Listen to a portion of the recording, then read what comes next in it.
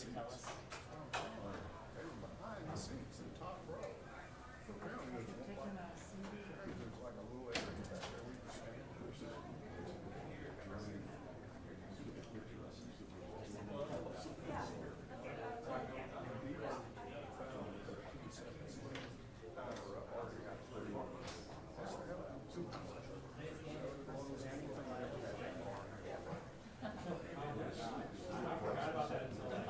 As soon as it went in, I said, oh, there are some angry people right there.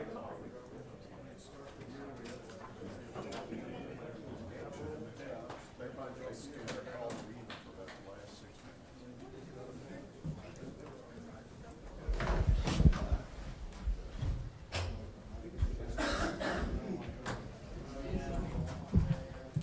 Who folks in the back?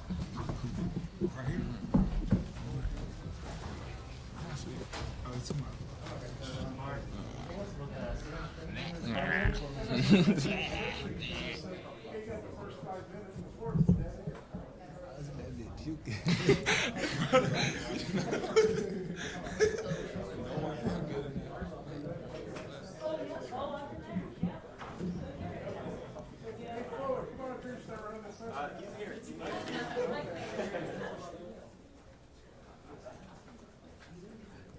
I resent the link just a minute ago. I guess something happened to this printer. So, sorry about that. It's a statue.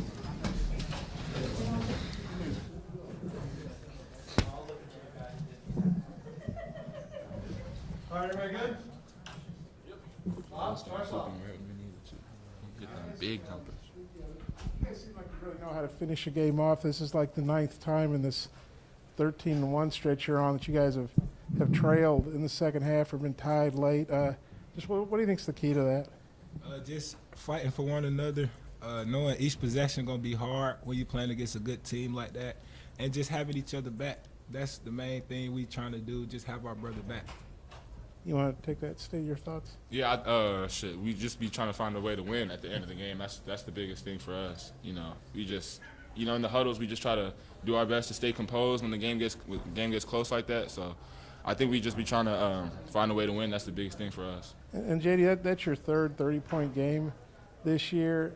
The 31, obviously came in a loss. That's tough. But what was it like to get 30 on Kentucky, especially a game on CBS? I mean, feel good.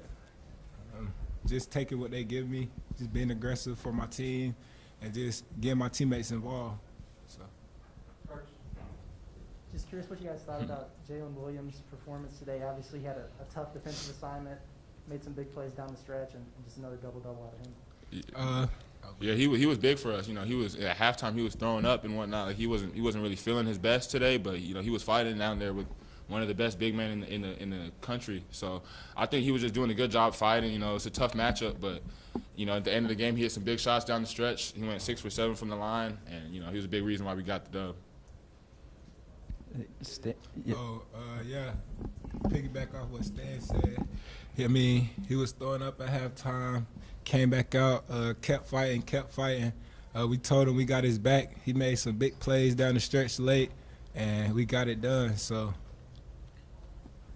Stan, JD's going for 28 and 30 in what you might consider y'all's biggest games of the year here. Just kind of what do you think of this run that he's on? And, I mean, do you think he probably garners more respect nationally for these games?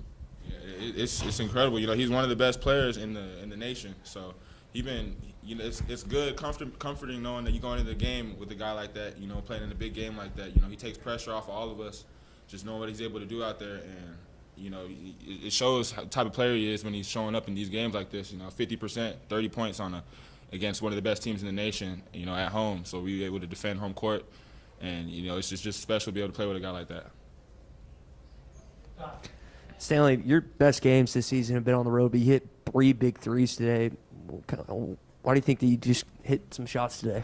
They were, my coaches were letting me know about, you know, the stats from home and away. Like they said, I was averaging 16 on the road and 10 at home and whatnot. So, you know, I just did a good job of, you know, getting in this week, and Bud just really getting the feel for my jump shot in there. And I knew I was going to shoot it well today. Just tried to pick my spots better. Guess where'd you all rate Oscar with some of the other great players in the league, and just how hard was it kind of overcome a one-man effort that he put up? I mean, that dude, he crazy down there. I ain't gonna lie. Like, I don't know what to say about him, but he did his thing. But we got it done, so that's all we really worried about. Yeah, it's tough. There's no way to really scout for someone like that. You just gotta get in the game and really find out, how to take care of it. But he's just real strong, real big and strong. So it was just you just gotta box him out and yeah, I know. Stanley, and most people look at JD's 30 points, but he also had 8 assists today. How would you assess his game as a distributor? I didn't even know he had 8 assists, but that's big. That's big time. But he whenever the defense collapses, he does a good job of finding us, and we just know we just put a lot of trust in him. We know we rely on him to do a lot of things for us. So it's not surprising to see him put up numbers like this with the work he puts in every day. Thanks to Hawk stats, JD's first guy, 38. Since we joined the SEC, first guy to have 38 since we joined the SEC. Yeah, JD, you had a couple of stretches in this game where you hit 5 shots in a row, and then I think you had another one where you hit 4. Like, when you're feeling it, like, what does that kind of feel like? Like, what do you think got you going to? Just really just taking what the defense give me, putting Oscar in pick and roll, knowing he's not that good of a pick and roll defender. So just get to my spots and just trusting the work that we put in each and every day and just go out there and play with confidence. Yeah, you guys are 4-0 against ranked teams. Now, I know 3 of them are here, but you also won at LSU. What do you think about that, being 4-0 against ranked teams? We just want to win each and every game, no matter if they ranked or not. We've been on the side of being ranked, unranked, playing, so we just want to keep winning and worry about the rankings later.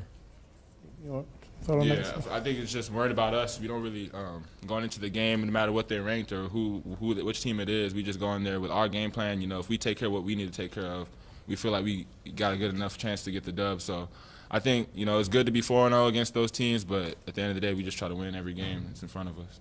Stanley, yeah, okay, go ahead. Just curious what you guys thought about Kamani today. He only played 8 minutes, but obviously made a couple big plays there and just maybe matched some of the physicality that Kentucky had in the paint.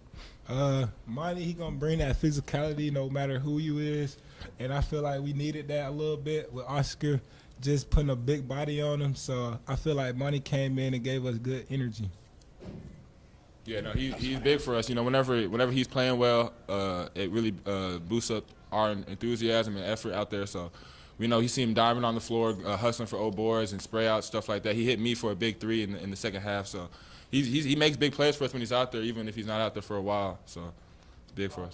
Hey, Stanley, when you decided to transfer to Arkansas, was this kind of what you imagined? Big crowds, big games, winning. I mean, is this kind of what you thought? Yeah, for sure. We were in the media time. I think under 4, I'm just looking at everyone like, this is why we're here. Like, this is what we came here for. This is why we're all put together. I think it's easy to get lost in all that in the beginning of the season when we were kind of losing some games, but it's just staying the course and just knowing that while you're here, I think that's the biggest thing for me. You and Tony both had blocks on those last couple Kentucky possessions. I mean, you guys were defending, to the very end. And then nobody knew they were going to hit a bank 3 at the buzzer. I don't know if he would have hit that if you hadn't had a big enough lead. But was that kind of crazy that, you needed those free throws as it turned out from a Devo? Yeah, I mean, we just got to play to the final buzzer. That's pretty much how we play, and that's what Coach must tell us every game. So play for 40. JD, I want to hear your thoughts. I don't know if Cal was doing it as a safety precaution, the guys walking off the floor before the handshakes. Do you guys have an issue with that at all, that they didn't shake your hands after the game?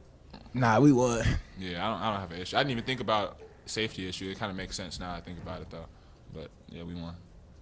Fuck it. Anything else, please do. Appreciate y'all. It's all-